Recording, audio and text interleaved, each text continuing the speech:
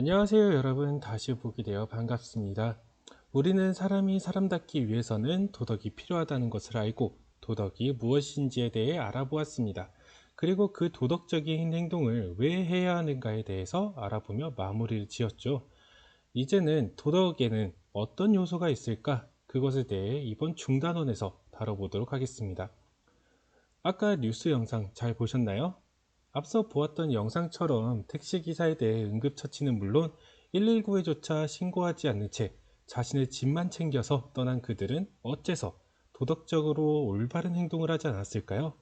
이처럼 우리는 살다 보면 도덕적으로 옳다고 생각하는 것에 반대의 행동을 하는 경우가 있습니다. 예를 들어 사소한 실수에 혼나는 것이 무서워서 거짓말을 한다거나 어디 한 군데에서 아이스크림을 먹고 쓰레기를 주변에 버리는 등 살인, 도박 등 큰 잘못이 아닌 사소한 행동까지도 도덕적이지 않는 행동을 하죠. 그럼 왜 이런 사소한 행동까지 그릇된 행동을 할까요? 그에 대해서는 여러 이유가 있습니다. 첫째, 공감 능력이 부족하기 때문입니다. 공감이란 다른 사람의 감정을 알고 자신도 그 감정을 같이 느끼는 것을 말합니다. 즉, 다른 사람의 입장이 되어서 생각해 보는 것을 말하죠. 만약 친구에게 안 좋은 일이 생기거나 슬픔에 빠졌을 때 우리는 그 슬픔을 자신의 슬픔처럼 느끼고 친구를 위로하죠.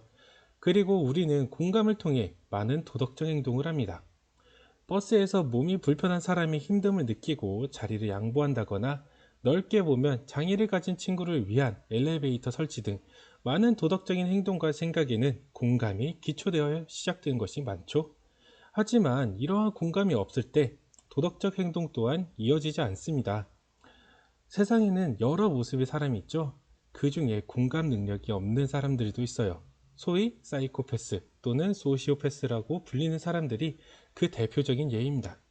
공감 능력이 있다면 없다면은 다른 사람의 감정보다 자신의 감정만을 우선시하게 될 거고, 그것은 결국 이기심으로 발전하겠죠. 그리고 뉴스에서 끊이지 않는 살인, 폭력 등 그릇된 행동 또한 내가 상대를 칼로 찔렀을 때 상대가 느낄 아픔 혹은 때렸을 때의 아픔을 알지 못하기 때문에 그곳에서 나오는 것이죠. 그렇게 공감은 사람에게 있어서 도덕적 행동에 있어서 중요한 역할을 합니다. 자, 다음으로 둘째. 한 가지 상황을 가정하죠. 반에서 한 아이가 따돌림을 당하고 있습니다. 그것을 우리는 목격했고 여러분의 마음은 공감 능력으로 그 아이의 입장에서 도움이 필요하다는 것을 느끼게 되었습니다. 하지만 그 아이를 도와주는 순간 그 다음 따돌림은 자신이 될 것 같고 주동하는 학생의 눈이 무서워 선뜻 다가가지 못하고 피하게 되었습니다. 왜 이 상황에서 공감을 했음에도 불구하고 따돌림을 당하는 학생에게 다가가지 못하고 도덕적인 행동을 할 수 없었을까요? 그것은 바로 도덕적 의지가 부족하기 때문입니다. 여기서 도덕적 의지란 도덕적인 행동을 하고자 하는 마음을 뜻합니다. 다시 말해 따돌림을 당하는 분위기 속에서도 그 압박을 이겨내고 잘못된 것을 잘못되었다 말할 수 있고 도움을 줄 수 있도록 하는 것이 바로 도덕적 의지입니다. 도덕적 의지가 약하다면 여러분은 아무리 옳은 것을 알아도 그것을 따르지 않게 되어 결국 도덕적인 생각과 행동이 일치하지 않게 되죠. 자, 셋째, 진정으로 알지 못하기 때문입니다. 무엇을 알지 못하냐? 예를 들어 여러분, 담배가 몸에 해롭다는 사실은 알고 있죠? 하지만 흡연자들의 대다수는 왜 담배를 끊지 못할까요? 그것은 담배에 포함된 중독 물질에 의해서도 있지만 실제로는 담배가 자신에게 얼마나 해로운지 진정으로 알지 못하기 때문이에요. 흡연 시 폐가 망가지고 목이 상하고 수명이 15분씩 줄어드는 등 몸에 나쁘다는 것을 알아도 나는 아니겠지 라고 생각하기 때문에 담배에 중독되게 되죠. 하지만 정말로 와닿게 진정으로 나쁘다는 것을 알면 끊을 수밖에 없죠. 이러한 주장은 옛 고대 아테나라는 도시 국가의 유명한 철학자 소크라테스가 주장한 것이죠. 그는 덕에 대해 진정으로 알고 있다면 덕이 있는 행동을 해야 한다고 주장합니다. 즉, 아는 것과 행동하는 것은 하나라고 보았죠. 결국 어떤 것이 나쁜 것이고 옳은 것인지 진정으로 알고 있다면 우리는 옳은 행동을 해야 한다는 뜻입니다. 이해하셨나요? 그리고 마지막으로 예전 2차 세계대전 때 독일은 히틀러 정권에 의해 유대인을 학살하였죠.